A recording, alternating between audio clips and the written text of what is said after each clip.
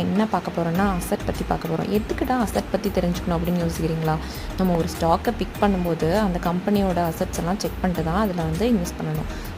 இப்போது அசெட்னா என்னென்னா சொத்து, அதாவது அந்த சொத்தை வச்சு நமக்கு ஒரு இன்கம் ஜென்ரேட் ஆகும். இது வந்து நிறையா டைப்ஸ் இருக்குது. Current asset, long term asset, tangible asset, intangible assets இப்படின்னு டிஃப்ரெண்ட் டைப்ஸ் இருக்குது. இதில் ஒன்றுக்கும் நான் வந்து எக்ஸ்ப்ளனேஷனும் 2-3 எக்ஸாம்பிள் சொல்கிறேன். கரண்ட் அசெட் அப்படின்னா வந்து கேஷ், ஷார்ட் டேர்ம் இன்வெஸ்ட்மெண்ட்டு, அது இன்வென்ட்ரி, அதுக்கப்புறம் அக்கௌண்ட்ஸ்லாம் வரும். அதாவது ஒரு வருஷத்துக்குள்ளே நடக்கிற சொத்து இதெல்லாம் வரும். லாங் டேர்ம் அசெட் அப்படின்னு என்னென்னா ப்ராப்பர்ட்டிஸ், ரியல் எஸ்டேட், அதாவது ஒரு வருஷத்துக்கு மேலே நம்ம சொத்தாக வச்சுருக்கோம், அதெல்லாம் வரும்.